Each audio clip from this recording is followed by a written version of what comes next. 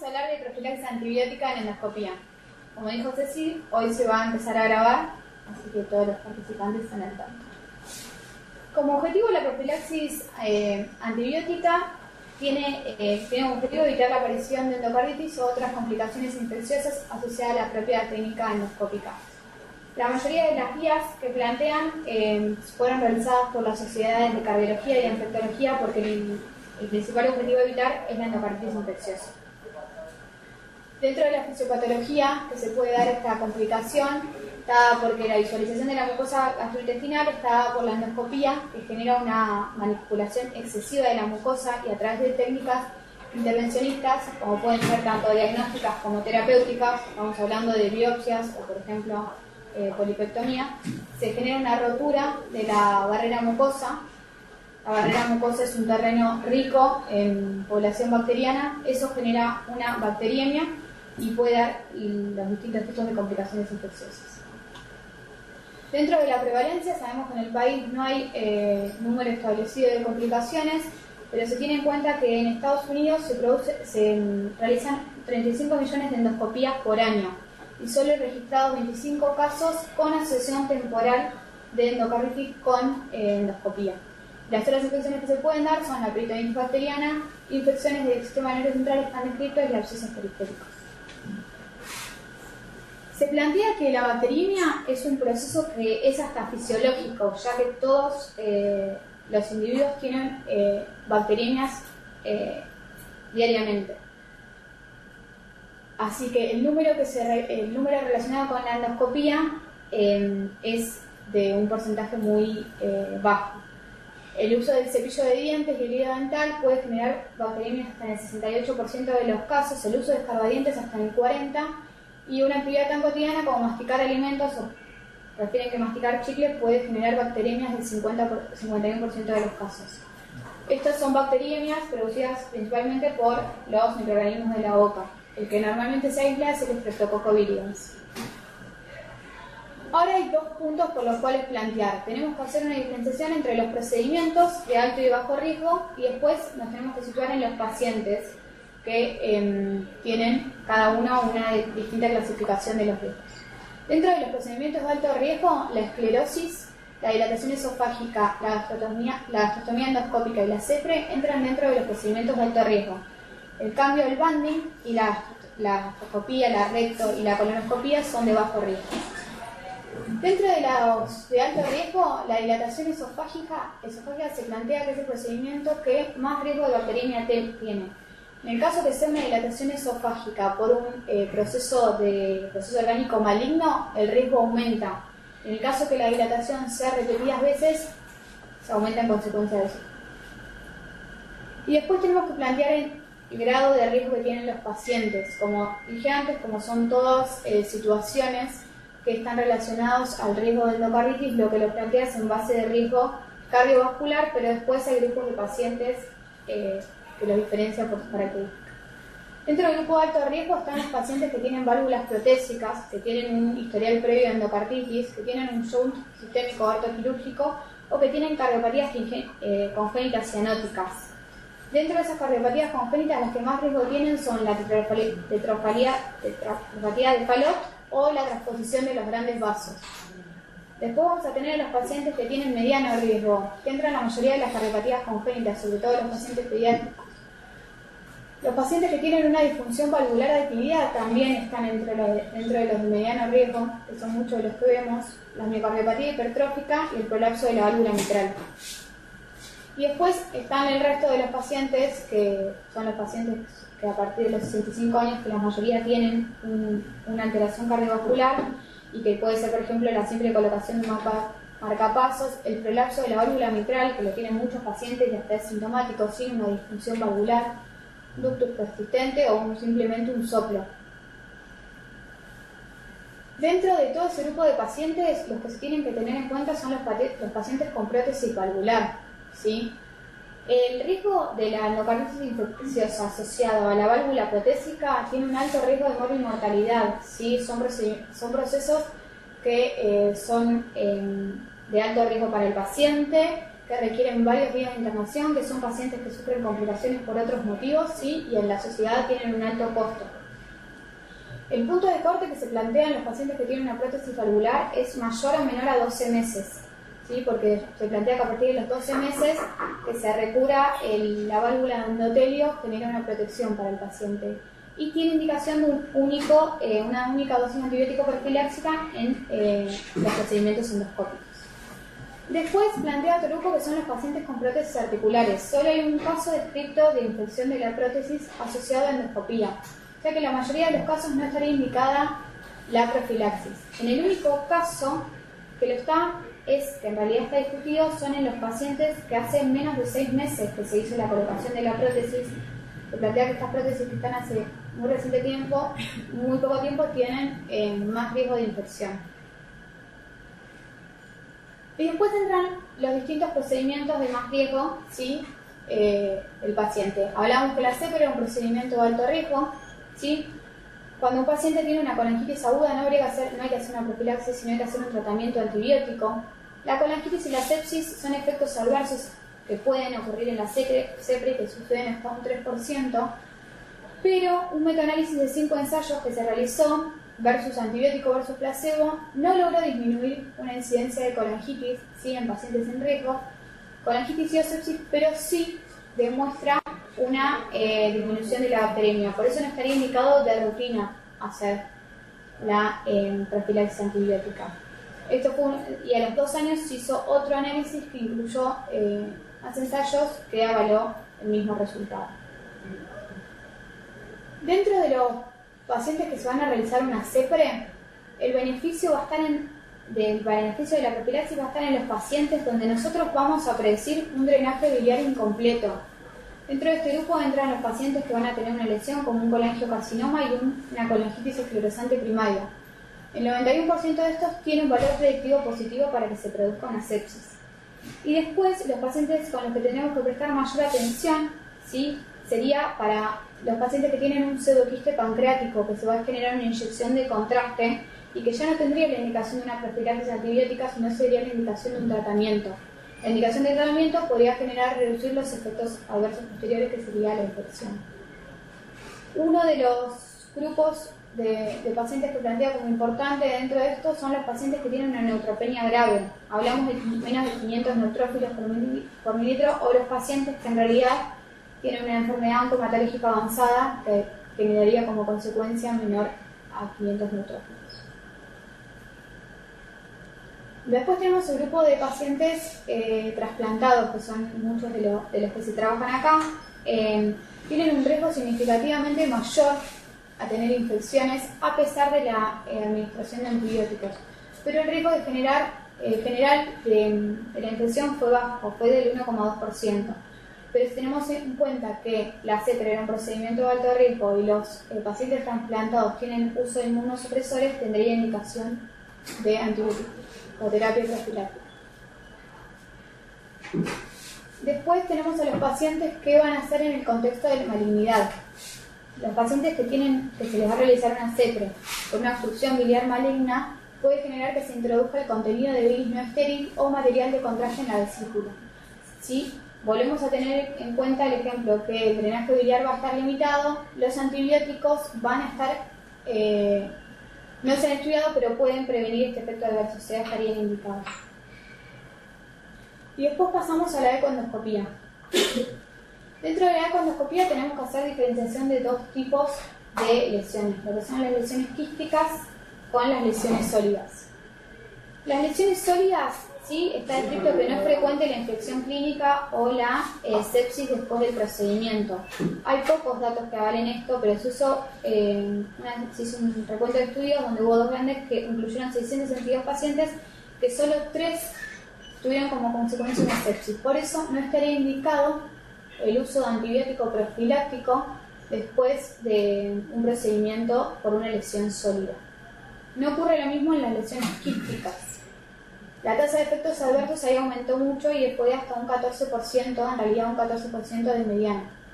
Es por esto que se plantea que la administración de antibiótico antes, y en realidad sería no antes, sino sería también como indicación como tratamiento, de 3 a 5 días después del procedimiento va a estar indicado. El objetivo de esto obviamente va a ser medir la infección del quiste.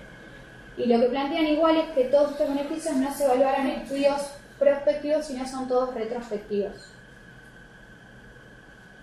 Este es el análisis más grande que hay, que se hizo con 603 pacientes, de los cuales el 90% recibieron profilaxis antibiótica, que fue una fluoroquinolona, por 3 días plantean, y que de ellos solo uno se produjo una infección.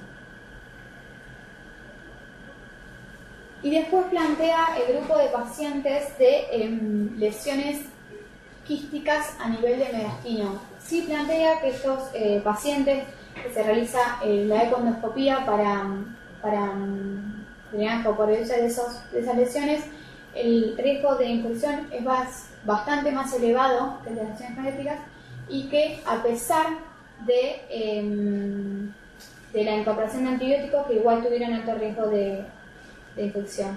Y en realidad igual no hay estudios importantes que avalen esto. Eso cuando hablamos de endoscopía, CEPRE y econdoscopía. Y después tenemos que plantear el grupo de los pacientes que se le hace una gastrostomía endoscópica percutánea. Estos pacientes normalmente cuando se les realiza el procedimiento son pacientes vulnerables. ¿Por qué? Se plantea que son pacientes que tienen edad en los extremos de la vida, entonces son pacientes vulnerables. La ingesta nutricional normalmente son pacientes que vienen con un deterioro nutricional comprometido. Son pacientes que están asociados a muchas comorbilidades y que tienen un grado importante de inmunosupresión. Se hizo un estudio con 2 ensayos que incluyó 1.270 pacientes, que en todos generó la incorporación de antibióticos generó una reducción de la incidencia de la infección periostomal. Lo que planteamos, que lo averiguamos nosotros y lo averiguamos en el hospital y en otros centros de los que trabajan los médicos de acá más que nada, es que lo que habría que prevenir en la infección periostomal sería el Staphylococcus aureus metilino resistente. Yo lo hablé con los infectólogos de acá. Según estudios que hay en La Plata, el 70% del estáfilo es metilino resistente, ¿sí? Entonces, al ser un Staphylococcus metilino resistente, lo que habría que evaluar es si la cefalotina, que es la cefalosporina que está indicada, sería sensible o no.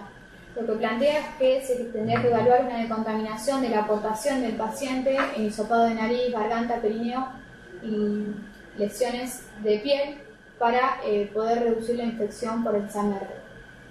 La realidad es que, según los infectólogos, tampoco hay nada establecido, no saben la prevalencia del estáfilo en la población, pero bueno, también habría que evaluarlo porque son procedimientos que se hacen rutinariamente en pacientes que están con alto tiempo de hospitalización, y el antibiótico que estamos usando últimamente no sabríamos si es el indicado. Lo mismo, no hay estudios, pero se extrapola la yayunostomía, donde el papel del antibiótico antes de la colocación no está estudiado, pero habría que seguir las mismas consideraciones. Y después entra el grupo de los pacientes que tienen pacientes cirróticos con sangrado gastrointestinal. En el año 97 se hizo un estudio con la norfloxacina y 5 años después se lo hizo con la ceftriaxona. Cuando entra un paciente con una hemorragia digestiva, se evaluó que la ceftriaxona va a reducir el riesgo de resangrado y la duración de la permanencia hospitalaria del paciente. En realidad, cuando llega el paciente a la endoscopía, el paciente ya tendría que tener indicada la ceftriaxona endovenosa, pero en el caso que no lo tenga, tendría que ser una indicación. Y después están los pacientes que tienen diálisis peritoneal. Hay estudios que indican que un paciente sometido a una diálisis peritoneal, que se va a hacer una endoscopía, puede generar una peritonitis. El riesgo de que esto genere una videocolonoscopía sin profilaxis antibióticos fue del 6,3%, y lo que plantea es que la polipectomía o la biopsia no parecen aumentar más el riesgo, sino lo que aumentaría el riesgo de que se genere una peritonitis sería la duración del procedimiento. En el caso que hagamos la profilaxis, habría que hacerla con ampicilina, aminoglucósido, y no está definido si con metronidazol o no, o la indicación de la noche anterior por vía intraperitoneal una dosis de antibiótico profiláctico. Y sí plantea en todos los casos que lo ideal sería vaciar el líquido que tiene en el abdomen del paciente. Lo único que hay de esto son estudios observacionales. Y después, en el grupo de pacientes trasplantados, no hay datos para recomendar la profilaxis antibiótica en pacientes trasplantados hepáticos de rutina. Sí, hay que considerar que son pacientes inmunodeprimidos, entonces si estamos hablando de un procedimiento de bajo o de alto riesgo, es lo que habría que tener en cuenta. Esto es un resumen. En el caso donde plantea la situación clínica del paciente, el procedimiento y si está recomendada o no la profilaxis. Las cardiopatías de alto riesgo, en un procedimiento de alto riesgo va a estar recomendado. Si es de bajo riesgo el procedimiento, se tendría que evaluar el paciente. La cardiopatía de riesgo intermedio, en alto riesgo, hay que evaluarlo el paciente, pero en cambio cuando un paciente ya tiene una cardiopatía de riesgo intermedio y el procedimiento es de bajo riesgo, como muchos de los que hacemos nosotros, ya no estaría indicada la profilaxis, y menos en las cardiopatías de bajo riesgo. El injerto valvular, siempre tener en cuenta como el punto de corte de 12 meses menos o más, cuando es alto riesgo está recomendada, y cuando el procedimiento es de bajo riesgo no estaría recomendado hacer profilaxis. Por debajo de los 12 meses, sí, para todos. Es lo que plantea para evaluar. Okay. Si vas a hacer un procedimiento, que puede ser un procedimiento que sigue dependiendo del procedimiento. Sigue dependiendo del procedimiento. Sí, pero bueno, también es lo que siempre planteamos, que supuestamente, salvo que sea un procedimiento que sea muy planteado, si vos tenés que ya vas a realizar una mucosectomía o lo que sea, si supuestamente la indicación de antibiótico tendría que ser 30 minutos antes por vía endovenosa. Entonces, si vos ya tenés planeado un paciente que tiene una prótesis valvular y que tenés algún riesgo de hacerle algún procedimiento, habría que hacer costo-beneficio, pero tendríamos puntos para indicar el tratamiento que no. Después, perdón, Vicky, igual no sé si llegaste a leer algo, pero si bien lo ideal es hacerlo antes del procedimiento, hasta una hora después del procedimiento se haya hecho, justamente por los casos estos que mencionaba. No sabes si a un paciente le vas a hacer un procedimiento terapéutico que le pueda aumentar el riesgo o no de bacteriemia. Si lo tenés que hacer, el antibiótico se lo pones después, porque hasta una hora después, vale, digamos, está cubierto. Y en uno me parece que decía hasta 2, ya que podía seguir haciéndolo.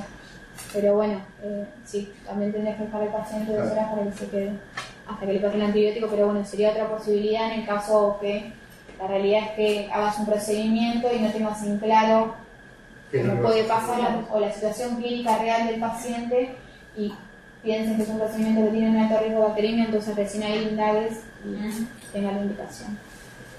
En el caso que se haga la CEPRE, estaba recomendada, la lesión quística no está recomendada y la lesión pancreática sólida no.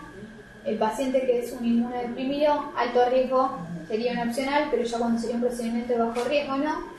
En el caso que se haga una GEP, va a estar recomendada la profilaxis en todos los pacientes y las prótesis articulares en ningún caso estaría indicada. Los antibióticos recomendados, que era lo que planteaban en distintas guías, que fue como... La realidad es que todos los tratamientos que indicaban antibiótico-terapia por vía oral no los puse, porque supuestamente el paciente mínimo tendría que tener 2 horas de ayuno. En el caso que se haga después, sí se podría hacer un tratamiento vía oral. Todos los tratamientos endovenosos con 30 minutos antes del procedimiento es suficiente. Sería de ampicilina 2 gramos o 50 miligramos kilo para los pediátricos, de clindamicina 600 o de claritromicina 500. En el caso de la CEPRE, los tratamientos sugeridos pueden ser la ampicilina más gentamicina. La gentamicina no tenía que superar los 120 miligramos, ¿sí? O la vancomicina. Y después se puede dar ampicilina hasta 6 horas después del tratamiento del procedimiento. En el caso de la GEP, era lo que planteamos. En todos los casos planteaba la cefazolina a 1 gramo. Habría que evaluar el efecto del estafilometilina resistente. En la diálisis peritoneal, como habíamos dicho, la ampicilina más el aminoglucósido con o sin metronidazol. Como conclusiones, la única indicación de la prevención, ya que lo plantean estas guías, sería la profilaxis antibiótica para prevenir la endocarditis infecciosa. Evitar la profilaxis antibiótica antes de la CEPRE cuando no estamos sospechando una obstrucción del tracto biliar o vamos a prever un drenaje incompleto. Evaluar la profilaxis antibiótica previa a la CEPE en pacientes que tienen pacientes trasplantados de hígado o donde puede existir un drenaje biliar incompleto. Realizar profilaxis antibiótica antes de la ecoendoscopía en quistes mediastínicos por el alto riesgo de infección, en los procedimientos con quistes pancreáticos, en todos los pacientes antes de la gastrostomía y en los pacientes cirróticos con hemorragia digestiva tendría que ser desde el ingreso.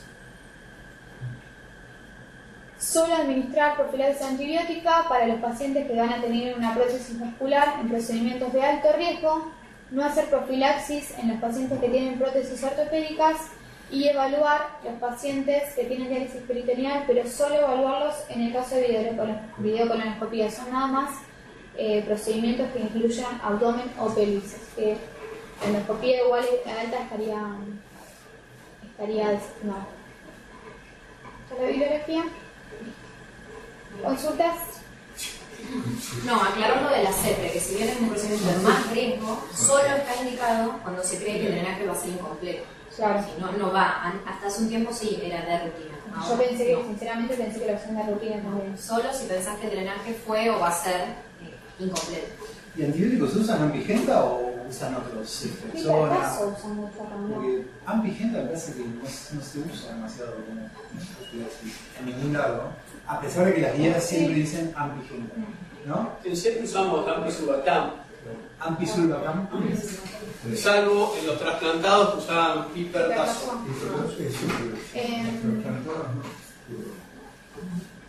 Y lo del SAMR, sobre todo con la JEP, habría que tenerlo muy en cuenta. Es altísima la tasa de resistencia. Sí, o sea que para ponerle cefalotina, mejor no le pongamos nada. Ese es el caso. O sea, son pacientes que están internados, Sobre todo acá. son pacientes que están internados hace 50 días, que la mayoría son neuroquirúrgicos, y cuando se le pone, le ponemos ceftriaxona. Hay que hablar con el sector a ver cuál hay que poner y Aparte, yo cubrir SAMR. lo que pensaba son pacientes que muchos son neuroquirúrgicos, o sea que en el caso que tengan una infección del sistema nervioso central, el tratamiento que le pondría sería ceftriaxona. O sea, muchas veces son pacientes que tuvieron una infección reciente o que a corto plazo pueden tener alguna infección del sistema nervioso central, y nosotros le estamos poniendo ceftriaxona. Yo sinceramente lo hablé con Tutero y no tienen no tienen guías. Le planteé que lo que tenemos en Estados Unidos, pero bueno, estudios que hicieron sobre la provincia de Buenos Aires plantea que el porcentaje de SAMR es del 70%, o sea, y que estaba en aumento. Por eso cualquier infección de piel ya no se da más cefalexina y se usa TMS. El tema es que nosotros lo que queremos hacer es bajar las infecciones de piel, pero el TMS tampoco sería un buen bactericida. Entonces, si nosotros también estamos previniendo una bacteriemia, tampoco el TMS nos serviría. Así que habría que escalar hasta banco, que sería sensible para el SAMR y podría generar un buen nivel en sangre. Pero bueno, eso como que es un tema planteado. Tengo una pregunta, ¿los anticoagulados hablaba algo? A mí María no iba a hacer las dos, pero... ¿Sobre qué? Anticoagulados. Si cambia la profilaxis, decimos un ¿Si hay alguna prevención? No, pues eso no iba a ser de anticoagular. No, eso. No, la anticoagulación. No, los antibióticos profilaxis en No, me planteo como... Después supongamos sospechar una perforación de colon. ¿Voy a hacer profilaxis? ¿Cuánto tiempo? ¿Qué usan habitualmente? ¿A qué te refieres? ¿Vos sospechás Es una antibiótico? exacto, es una mucositomía. Sospechás una microperforación, le pones clip, lo dejas internado, obviamente la primera dosis de antibióticos se la das en el quirófano, y después, a ver, ¿qué usás? Porque por ahí usás Ampigenta o Ciprometro, no sé qué es lo que se usa habitualmente. Habitualmente ¿Y cuánto tiempo? No sé qué se usa ahora, hay que preguntarle a la defectora. No, siempre metro está bien, pero que vaya con metro, que no falte el metro. El metro siempre. Claro. Con muchos de los cirujanos de colon usan Ampigenta No. para la cirugía, pero no sé, por ahí es un caso distinto. Está bien lo que decís vos, El SAS en el momento. En el momento. Entonces, Con el clic, internado. bien, está perfecto. Ciclometro, no creo que sea indicado, pero... Y lo que están haciendo es como si fuera el caso digiciclina, como si fuera una perforación, ¿no? Digiciclina. Sí, yo nunca lo había escuchado hasta que fue un paciente que me lo dijeron los cirujanos, que la última guía plantea de digiciclina, pero sinceramente no lo vi. O sea que eso ya no sería profilaxis. No, eso sería Claro, de verdad. Bien. Sí. Cuando punzan los quistes, les hacen cipreses.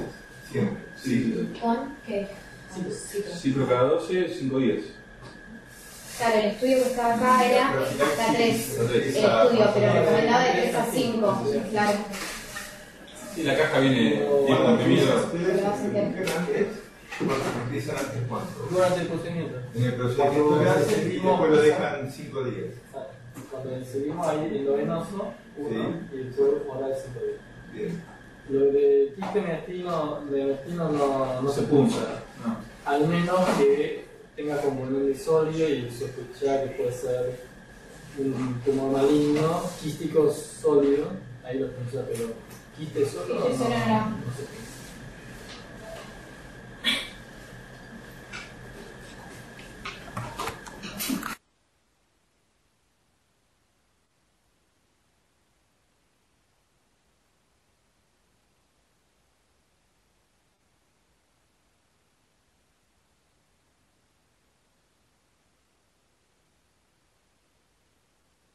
Era Vicky. En la cara linda que tiene. Entre los, tampoco hay nadie.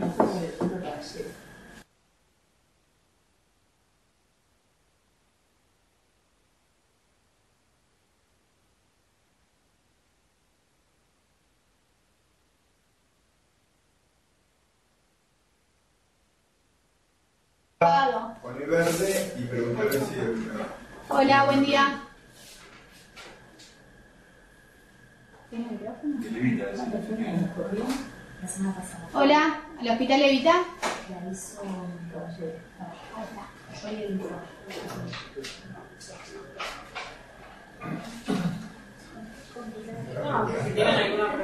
Sí, hola, hola. Hola, buen día. Sí, una consultita para el disertante. Chicos, acuérdense que están en videoconferencia. Hablar más pausado, por favor, porque si no se escucha como un mosquito. Está bien, gracias. Muchas gracias. Más que una consulta fue una indicación. Está bien. ¿Alguna consulta? No, por ahora quedó todo muy claro. Nosotros igual no tenemos endoscopías con tan alto nivel, pero bueno, siempre está bueno tener en cuenta qué es lo que se hace. El hospital de referencia nuestro está acá en Santa Rosa también, pero no somos hospital de cabecera. Hacemos endoscopía diagnóstica nada más. Pero igual está bueno. Yo soy residente del Hospital de Gastroenterología, el Bondorino de Ahondo, así que siempre está bueno estar en contacto para saber a ver la vanguardia de lo que se hace. Así que muchas gracias por esta posibilidad de escucharnos. Gracias.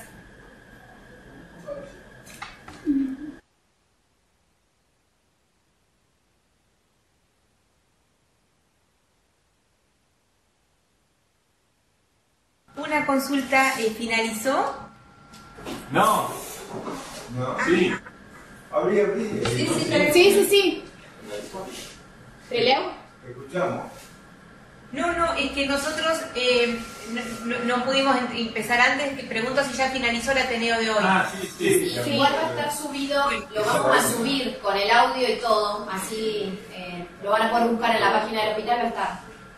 La página del cruce, bueno, bárbaro. ¿Y el lunes que viene saben cuál tema va a ser? Estenosis biliar indeterminada. Bien. Buenísimo. Gracias. No, nada.